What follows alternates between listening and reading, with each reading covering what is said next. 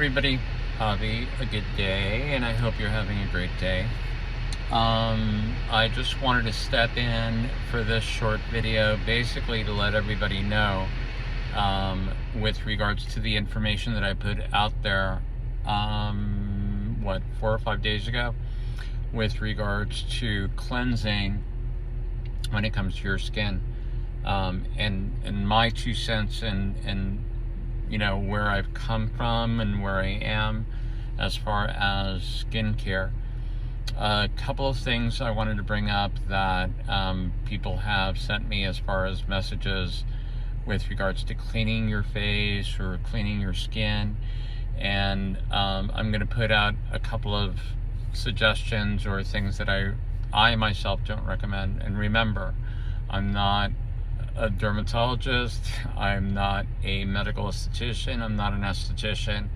I'm a regular guy who I'm going to say got to a point in my life where I said I need to do something with my skin I don't like and I don't recognize myself, and I want to do something different. And so I started delving into Japanese skincare, Korean skincare, skincare from Europe. Basically, France was the primary place in Europe. The United States and Canada are bringing up the rear, but they're bringing it up, and it's steadily with different products that are out there. So a couple of things that I'm going to put out there. Number one, with a comment that a friend of mine had put out, saying that they had found some Korean products, and my reply was, send me what those Korean products are and let me take a quick look at them. And just remember, if it says it's from a certain place, because it's from Korea, doesn't mean that it's 100%, let's say, positive. It may do something great for your skin. It may not do anything for your skin.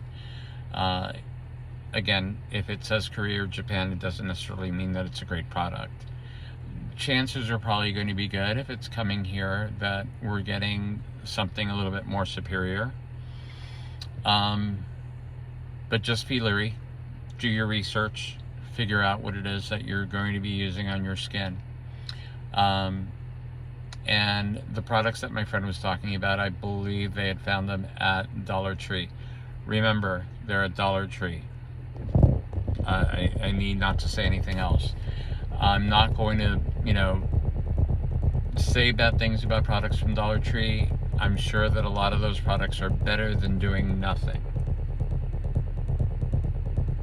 So, on a scale from 1 to 5, if it's a 1, it's better than 0. But is it going to be a 4 or 5? Most probably not. But better to do something than to do nothing at all. Secondly, be very leery about products that you find online, even if it's Amazon. Amazon does not always question the products that are being sold on their platform. There can be products on there that may say a certain thing, and they're not. They're duplicates. They're knockoffs. So just be very leery. I have been one of those people who have gone onto Whatnot and found products on there for sale at very good prices. Now, you could find products on there that are being sold, let's say, to a vendor at a discounted rate, and they're passing the savings on to you. You just have to be very leery. I've gotten a couple of products where I had to go back to the vendor on Whatnot and explain, hey, you're probably not aware, but this product, and a couple of them got through them. I want to say one of them was Beauty of Joseon, and I said, hey, this Beauty of Joseon that you sold me is a duplicate. It's a forgery. It's a fake, and it has Beauty of Joseon written on it. It has, I believe, Korean writing on it. But when I look at the back of it, the ingredients that it's reporting on are not the products that Beauty of Joseon would have in their products. Not to mention, it says it's made in China. Beauty of Joseon is not made in China. I'm going to say very few skincare products that we're getting, if they're coming from China, are perhaps, let's say, Chinese ethical. They're probably duplicates of other products, and they're selling them at a discounted rate, but their ingredients are going to be low quality or not the ingredients that you're expecting to get in a product. So be very leery about that. So when you're shopping, just be very cautious. As always, I say the third thing is going to be, you don't have to go broke to get good quality skincare products. You just have to be a savvy shopper.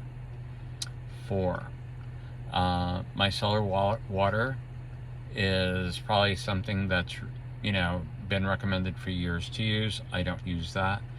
Micellar water, I think, is primarily used to help cleanse the skin from makeup. I don't use. The only thing that I would put on my skin that needs something a little bit more stronger to take off is probably going to be my sunscreen. At the moment, most of my sunscreens are either Korean or Japanese, that have a different filtration system, so they don't use a mineral sunscreen where you have the white cast on your face, and you also have that flashback where the sun hits you. If the white cast has been sort of like taken into your skin to a degree, you still get a flashback. So when the sun hits you, it kind of bounces off your skin. So I try to use Japanese and Korean chemical filtrations. So I try to avoid those. But for cleaning my skin after applying sunscreen during the day, I'll use an oil cleanser and then a water-based cleanser afterwards to clean my skin. As far as cleansing your skin, number 5, I'm going to say cleanse your skin in the morning. I would say just one cleansing would be great. In the evening, if you're using makeup or sunscreen or both, then probably do a dual cleanser or a 2 cleanser, an oil-based cleanser, and something either with foam or anything that's not going to be oil-based, let's call it. So no creams, no milky cleansers. Use a straight foam cleanser, or you can even use a gentle bar soap to cleanse your skin at night. And then, of course, in the evening, either put on your actives, which could be a retinol, or an AHA or PHA or BHA at the end of the evening. 6, I'm going to say never. And somebody had addressed this with me because they were having breakouts and they were wondering if they can cleanse and then use alcohol. I would say never use alcohol on your skin unless you have a cut or a bruise. That's the only time you should do that. You should never do it as part of your cleansing, let's call it, to clean up any bacteria or anything else that you're trying to get rid of. So that was my 6. My 7th would be, try not to over stress your skin by applying many actives. Be gentle with your skin. Use what you can. That would be 1 active, 2 actives, maybe 3 actives throughout the day. But don't do, let's say, a lot of acids. If you do an acid like perhaps every other day. And just try to do that not as often as, I'm going to say this person made a mistake at the very beginning of my skincare journey. And I was doing a morning routine, so I was doing a vitamin C and maybe another active. Then in the afternoon, I would cleanse and do something else. And then in the evening I would do a third, which I don't do anymore. I just do 2 things. Morning, I'll probably do a vitamin C moisturizer. If I'm going out, I'll do a sunscreen, and I may do an active in the evening, and that's it. I ended up learning the hard way where I burned my skin a couple of times.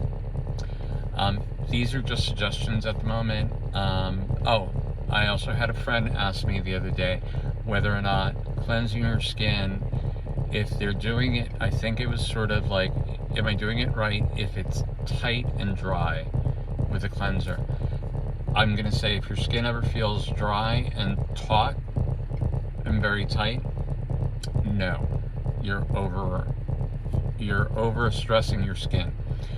So cleanse your skin and pat dry, and use, if you can, a moisturizer soon after, or even better, do a hyaluronic acid treatment on, which is to bring moisture into the skin, and then afterwards do a moisturizer afterwards, so that way your skin is getting hydrated and moisturized. That's my 2 cents for today, and this is part 2 of the cleansing. Some of the things that people have asked me after the cleansing video. I hope you're all well. Don't forget, like, subscribe, share, comment. Remember, the channel is free, and I'm trying to grow the channel, so if you can share my insights so far, please do. Javi, a good day. I'm glad you're here. I hope you're all well. Thank you for being here.